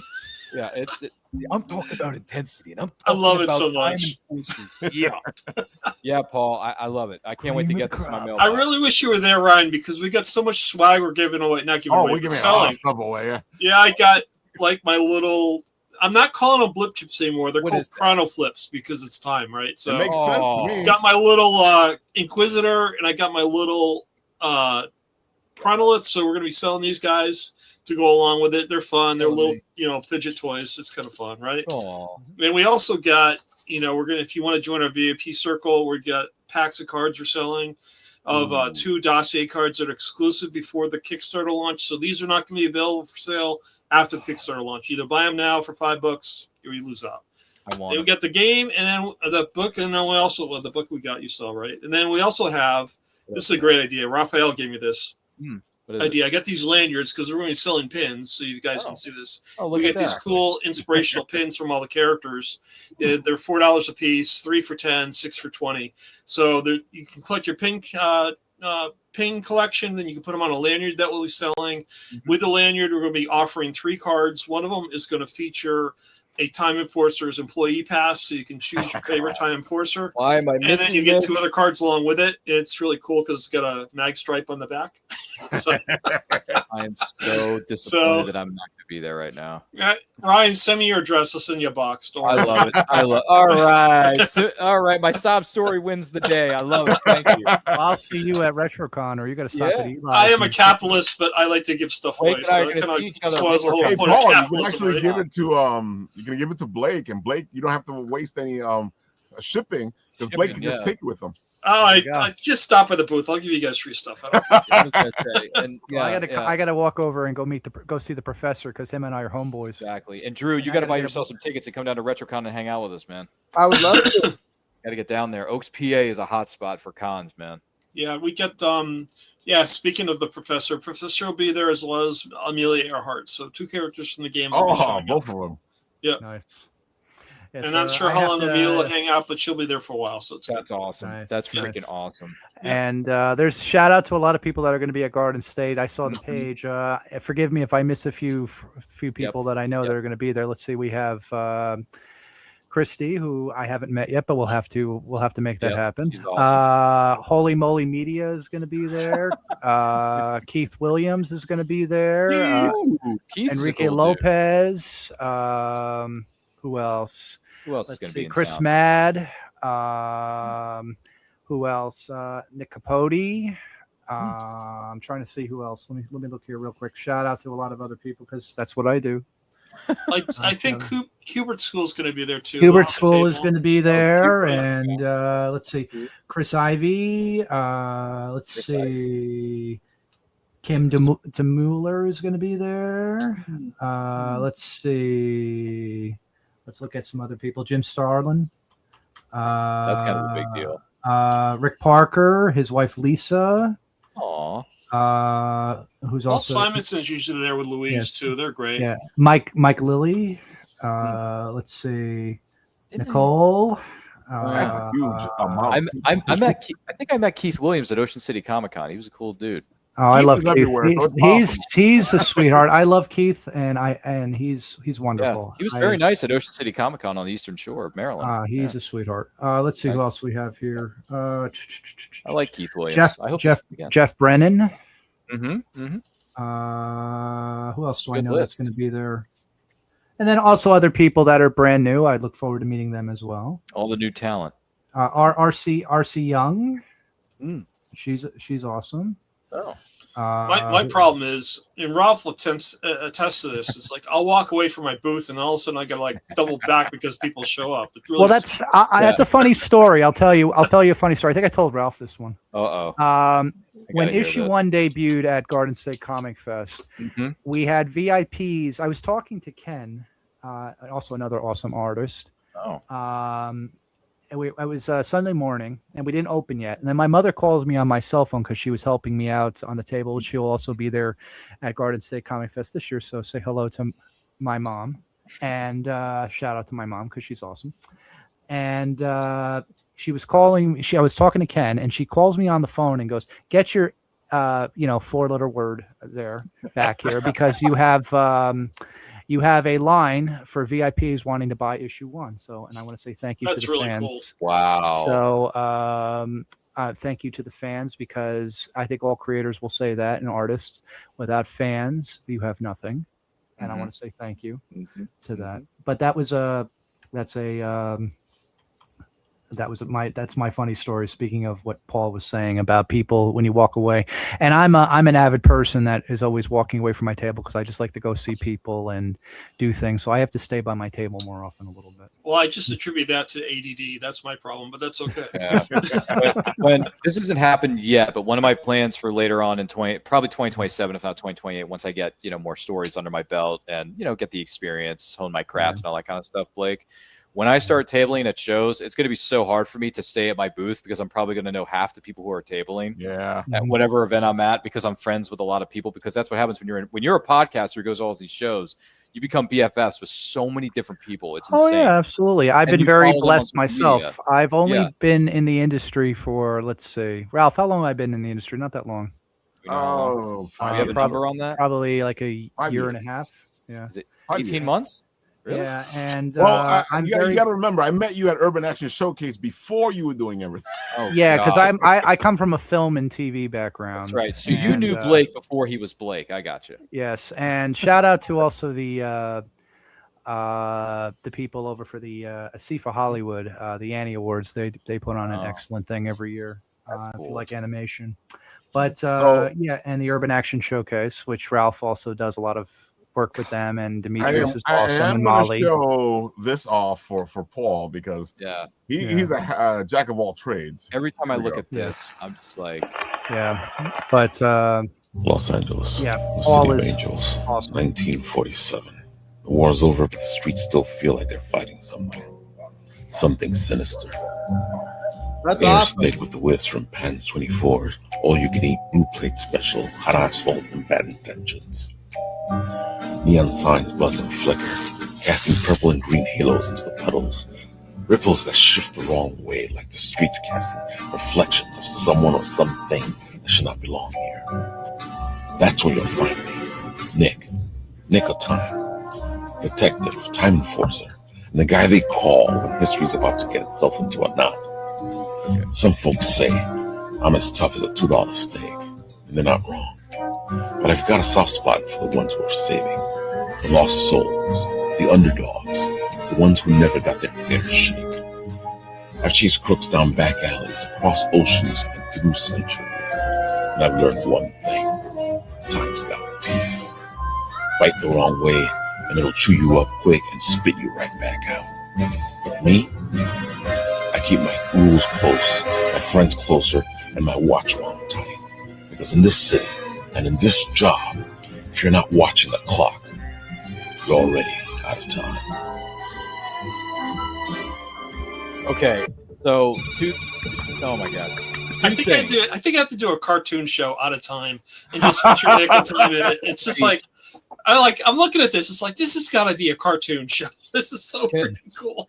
And I think that was the talented guy who knows the guy from Bitten AppleTV. That's right. I don't know what you're talking about. Very talented individual. I forget the character actor's name, but I want to play the guy who just walks in and said, he was in Casablanca Multi-Strike.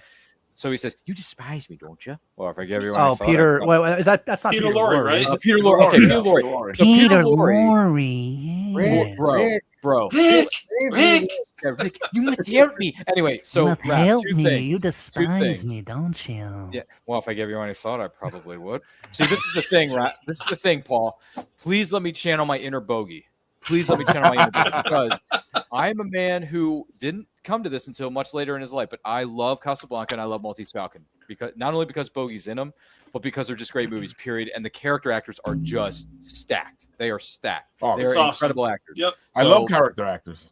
Anytime you want to throw me into the mix of that, like just give me a hot because honestly, the problems of the world are not in my department. I stick my neck out for nobody.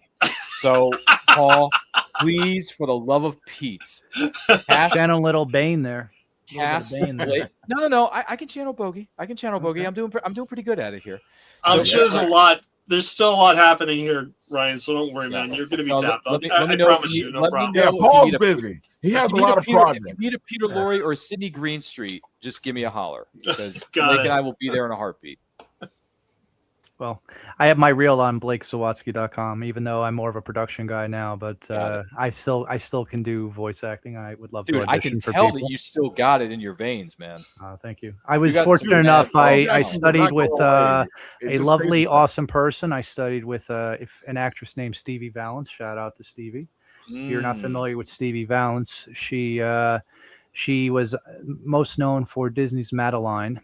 She was the nun and the dog in the show. Yeah, that's cool. That's really awesome. That was my teacher back in the dinosaur period. Dinosaur period. Yes, when I was doing some voice work. But she's an awesome person, and shout out to Stevie. Great. That's great, Blake. Clever girl. That's just clever girl. Oh, I got here. Speaking of Batman and Bane, here you go. Hold on. Oh, jeez. I was there, Dark Knight. Welcome. They should have cast your voice in that role because I could Honestly. understand what you said. Yeah. Yeah. I'm one of the few people, and you know, the sad I thing about was reality. there, you were there, and I'm happy to be in the Bitten Apple TV. No one knew who I was till I put on the mask. Anyway, Drew, the sad Were they thing not of able to reality. tell Christopher Nolan no one could understand what he was saying and he needed to go back and fix it? Were they too scared to tell Christopher? I think it was Yeah, they got to dub it in. They Yeah, had to dub it. But Drew, I'll be honest with you. I'm one of the few people in this world who's willing to admit I really genuinely enjoy Dark Knight Rises, probably more than most. And that's okay. Because, like I said, I got hot takes on my channel, man. You watch any of the, and I'll tell you this. I didn't get a chance to plug this earlier, but I'll say it now. If you check out any of our movie watch-alongs, which we do every Friday night at 7 p.m. Eastern time, where we're basically celebrating a movie that turns a certain age, that particular time of the year or that particular month that we're celebrating, we go on so many different tangents, and I kid you not, when we do some of these rankings, dude, we're like the three of us who do these shows normally. It's so different. It's like, how can you put this above that or this below that? What are you, crazy? Like, it's so much fun. It's so much fun. We are in the midst. That's the whole geek nerd thing. But here's the thing: we have to say what we have to say. In the month of June, Raph, we are celebrating 3 different installments of the Fast and the Furious franchise because we celebrated the original's 25th anniversary 2 weeks ago, and then this past weekend we celebrated 20th anniversary of Tokyo Drift, which, by the way, that is a criminally underrated entry in that franchise. I love the ending. So many people have seen that movie, but I love the part with the cameo with Dominic Toretto. Yeah, he goes over and he's like, like I like the line when he goes over and he's like, I didn't know Han was into American Muscle. He was when he was riding with me. He's love when he's rolling with me. Yeah. And then this weekend, Blake, we're going to be celebrating the 15-year anniversary of Fast 5. That's very cool. And Han's in that one. So check us out. And then in July, it's going to be what we call the month of summer blockbusters, Raph. Let me give you a preview. You mind if I give you a preview here as an exclusive here on this channel? Yeah, go for it. In July, we're going to be celebrating the 30th anniversary of Independence Day with Will Smith, Jeff Goldblum, and Bill Pullman, the greatest movie president of all time. Okay. Remember that speech, Raph. Remember the speech. Oh, I remember. And then the I week was watching after some of that yesterday. Damn right. And then the week. Sorry, I curse. I know. Family show. Sorry. I cursed a while ago. We can curse a while ago.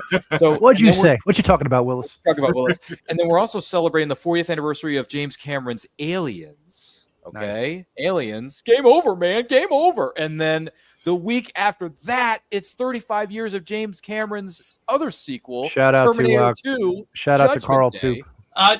Ralph, I gotta leave now. Ryan's getting me so damn depressed. These are all movies I saw. I don't mean like when they first opened up. You know what I'm saying? I'm getting really. Oh yeah, you should Ryan. You should follow. You should follow Carl too. Let's just go back to freaking 1935, Ryan, and say maybe Paul saw this one too. I don't know. Now what I'm saying, you should you should follow Carl Toop on Instagram. He was the alien warrior in Aliens. Okay, send me his. He's a nice dude. He's a nice Ryan would do great at Urban Action Showcase. I was going to say. I think you should go to our Urban Action Showcase. Where is that again? Where is it held? Right in Times Square, the heart of Times Square in New York. In New York, it's November 14th. Action. So it's the holiday season. November 14th. I will be there with Eli. Yeah. Oh well, then it'd be a good excuse to see Eli because he's my brother from another mother. So yes, Eli. I'm doing those 2 shows with him. It shows indie movies, indie action movies. It shows indie kung fu movies. It shows old kung fu movies. It shows it's a mixture of a lot of. I don't know if Demetrius made the announcements yet for some guests, so I won't say who he said. But I was talking to him the other day, and I'm very excited, and he's always put on a great show, and he's an awesome gentleman.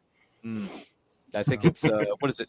Sorry, Raph. It was Terminator 2 Judgment Day, and then it's I forget the next to last one. It's not coming to me at this time. But then the one we're doing at the end of July is the 30th anniversary of Space Jam. Space Jam. So we give up the 30th of Space Jam. It's all over. I'm sorry, Drew. I saw that movie. Game over, man. Wisconsin in a snowstorm. Did you? You saw it in Wisconsin in a snowstorm? Wow. In Sheboygan, of all places. Sheboygan, damn. You know what? We're You big. can't get more Wisconsin than that. Now, Drew, that was Drew. the original with Michael Jordan and Bugs Bunny, right? Yeah, exactly. Drew. Okay, Drew. that came out like 1990 something, right? I think Drew should be on that show to talk Space Jam. I should share my experience.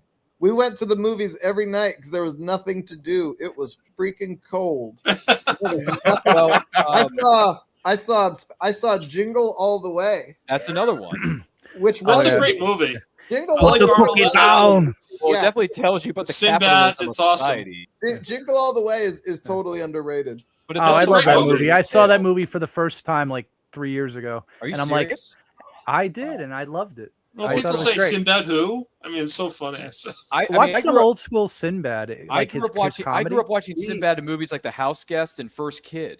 So We it's did- like, we I love did- First Kid, dude. We That's did a great movie. Comic-Con in 2018 in LA, and we were next to this young comic creator, yeah. And his partner, and they had a book or whatever, and Are you we were just hitting it off like the whole 3 days, having a good time or whatever. Oh, He was no much kidding. younger than I was. He was Sinbad's son. Oh wow. Royce was Roy. like building Roy. a following online as a Yeah. filmmaker or whatever. But I mean, That's it was killer. just really trippy because he was like 22 or 25 or something like that. And I didn't find out till after the show that was Sinbad's Yeah. son. In his And mid-20s. Sinbad, I watched his stand up when I was a kid. Oh yeah. He was in the movie with Phil Hartman. The House Guest. The House Guest. Guest. Yeah, he was in The House Guest. Yep. And Watch right, it. Jingle All the Way. And it's interesting Kid. because Sinbad he was big before you could just be big, right? Yeah. Like Yeah. to get on HBO and to get on Oprah and to Yeah. do it without cussing, that was kind of his thing. Yep. Like And he was a Oh, nice he was guy in great. real life when I was told too. He was very good to the fans, good to his peeps. Like I heard he was a nice guy during that time. I mean, he still is, but he's been through a lot of health issues in the last number Yeah. of years. So Yeah, but he's getting back on the horse. He's slowly but surely doing stand up again. He's teaming up with his family to do a lot of different projects, which is great. So yeah, Sinbad, brother. Like we grew up with you in the '90s. It was fun. It was great. Maybe before that, sorry, but Yeah. those three movies. When I go back, because it's funny, Blake. I just rewatched First Kid like 2 weeks ago because I haven't seen it. Great in a hot- movie. I love that hot movie. ass minute. The kid is annoying as hell, but Sinbad makes it fun. And he's genuine about it. And I it's just- like the mentor. I forget the actor's name. He was Sinbad's mentor, like the old school guy. He was also an Air Bud. Yeah. I forget the actor's name. He was great. Steve Gualamini. I forget. He he's was also great. the voice of Rafiki in The Lion King. That's right. Yeah. Yes. What was Yeah. the show where Sinbad was like the chef? He was like the original South Park chef. Oh, I took yeah, place yeah, in yeah. a school. I didn't know he did And that. he was the cook. It was a college, and he was the Yeah. cook. He was like the wise. He was like the wise man of the college. But he was. I can't Oh, remember the name okay. of that show. But that Yeah, was, I forget it the was name like of it. big in the late '80s. That was a big show for a minute. Yeah, and he Yeah, made a like- lot of cameos too on different television sitcoms. and definitely. things like that. I would love to meet him and just talk with Sinbad a little Oh, bit. dude, I would talk his ear off. I about all never three got a movies. pleasure meeting him yet. Yeah, same here. I want to talk his ear off about First Kid, House Guest, and obviously Jingle All the Way, and how fun was it working with Schwarzenegger when he says, "Put that cookie down." You know, it's just. And Phil Hartman, he's like, "Oh, your wife's in the shower. Would you like Oh, me you to want me take to a go? look?" You want me to go? No, put the Schwarzenegger cookie versus- down. No. Schwarzenegger versus all the machines, whatever. Schwarzenegger versus Sinbad. It was Yes. great. The No, it was greatest. great. Exactly. Those are great Togo memories. Man. They're great memories. And I watch Jingle All the Way every every holiday season, like everyone else does, right? Blake, do you watch it every holiday season? I started putting it in the last few years. I started watching it. I bought it on DVD and I usually pop it in, or I'll watch it. Like it was on wow. Tubi. It was on Tubi this last Yep. holiday season, Yep. so I watched it Yep. then. Oh, this is a great comic book series, guys. Papa Oh, by Phil Russer to Philbo. I just cool. saw Phil. And it was nice. I'm very happy for Dude, him. He's you- doing good things. You want to talk about nice guys, supportive, Yeah. hardworking, badass mamma jammas you don't want to mess with? This is a man who and Raph, I don't mean to steal your thunder here. Oh no, But- you're doing my job but- for me, which But makes me happy. Phil, I've known Phil Russer for almost, was it like 5 years, maybe 6, because we met during a lot of these people I've met during lockdown because we were locked away in our homes. So I went on this little thing called Facebook. Anyone familiar with that? And I went on these. Yeah, I different still like Facebook- that thing. Yeah. And I went into these different Facebook groups and started talking to all these different indie creators, like indie writers, indie publishers, all that kind of stuff. And we just kind of hit it off because I'm just that nice of a guy. And Phil was one of them. And let me tell you something. Phil is so driven and so passionate about what he's doing. And not only that, he is a huge, and I dare say, probably the biggest proponent of indie creators having control of their properties, distributing them how they want to distribute them, getting them out to as many of the masses as humanly possible. But he's also willing to go to bat for you when the chips are down. Because Phil, I've been on his show a couple of times over the years, not a whole lot, but I've been there a few, because, you know, when you make an appearance, it's a big deal. So when I'm on his show, the ratings skyrocket. I'm just saying, Phil, I'm just saying, you got to invite me back, brother. You got to invite me back. You know what I'm capable Shout out to Phil. He's great. He was just at the Long Island collectible show over there. Oh, definitely. That was a good That's show. why I wanted to show this off, because Phil is still, 5 days left on this. And he's finally funded, and he's over a little bit, but very happy. This is a fantastic book. You guys need to check this out. Very happy that he funded, because I was one of the first backers of book 1. I was also one of his first backers for book 2. Yeah, if you want to talk about, if there's a picture of the word, if the word hardworking is in a dictionary, Phil Russert's picture is going to be right next to it, because he is the very definition of hardworking, never quit, never stop. I didn't hear no bell. And honestly, even though he doesn't live in Philadelphia, Pennsylvania, to me, he's got the heart of the Italian stallion known as Rocky freaking Balboa. And I'm a big Balboa fan, but Phil is like the real epitome of getting up every day at 4 o'clock in the morning before anybody else, and grounding his thought process in is that no one will outwork him. No one. No one can touch him. So in the words of CM Punk, he is the best in the world. That's what I think of Phil Russert. That is what I believe about Phil Russert. And if you have not read Papa, then you got to get off your seats, get off your couches, get to those computers, get to those cell phones, and back this Kickstarter, because this guy knows how to get her done. And he also got ISO shout out. You got to check out Tragedy. That's enough. Every title he's ever worked on. Every title he's ever worked on. I like Tragedy because it's a bit different, but it's also about assassins, and I like it. Another thing I really like that he did was Withered. I think it's called Withered, right, Raph? Withered is not a deconstruction, but the battle between, with all due respect, heaven and hell, good and evil, heaven and earth, all this stuff. He took it in a bit of a interesting direction. And coming from someone who grew up in that sort of environment, and I don't, by the way, this is nothing against anyone's belief system. I'm just saying the environment I grew up in. It is very, it's just intriguing to read and dive into. Yeah. And I'm glad that I have a paperback, and I have a paperback cover, or not paperback, a paperback version of Withered, the book story. He did the little book, He did the book, right, Raph? And then I also have the comic book that's in the Philbo Omnibus. Exactly. If you back the kicks, do you remember that one? The Philbo Omnibus is one big ass sandwich. Okay, it's a great big 90s omnibus sandwich type of thing. It's got so many crazy one last thing here, folks, because we are about to head out. Our friends at Emberglow and the Kids Table have this beautiful book here. I'm going to let them tell you yourselves. Step into the kingdom of Abalian and begin your family's first great Dungeons and Dragons adventure. Become great heroes, explore forgotten ruins, uncover ancient mysteries, meet strange and lovable creatures, and battle fearsome monsters. Secrets of Enderil is a learn-as-you-go RPG created for parents, kids, and curious first-time players who want to create a shared storytelling experience. The adventure unfolds naturally as you play, with only a few pages of reading to get you started. Even new players and game masters can easily focus on roleplay, curiosity, and exploration, instead of getting lost in endless rules. We'll introduce you to core game mechanics organically through the adventure itself, so you never lose your immersion in the story. Your players will take on exciting challenges and learn about making meaningful choices with real stakes.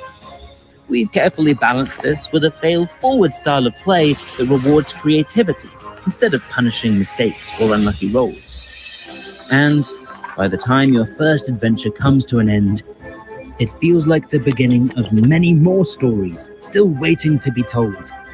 Together. Gather your party. Your story starts now. The Adventure Guide. Secrets of Enderin.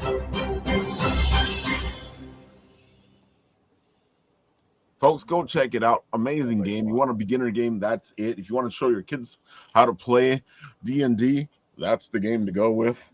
They're doing really well, actually. But, you know, it's always great to share all these beginner things, especially with D&D, because D&D sometimes has an hard in. And it's always great to find something where you can get an easy in. With that, we at the end, I already knew we were going to have a major geek out today. Folks, I hope you had fun.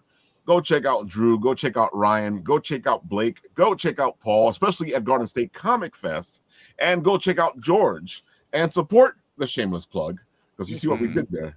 We did a shameless plug for everybody. Because everybody wins on this show. That's right. Exactly. Everybody wins the Showcase Showdown. With that, I'll do what happens creators. on this show. Yeah, you guys are all great. I support all of you. Yes. Same. Back at Thanks, you. man. I do the same. I always like to support and man. show, and happy to show support. Let's do some more giveaways on I Quote. We want to give away some swag to some good people out there. There's a lot of them. I love giving away stuff. And folks, here's this.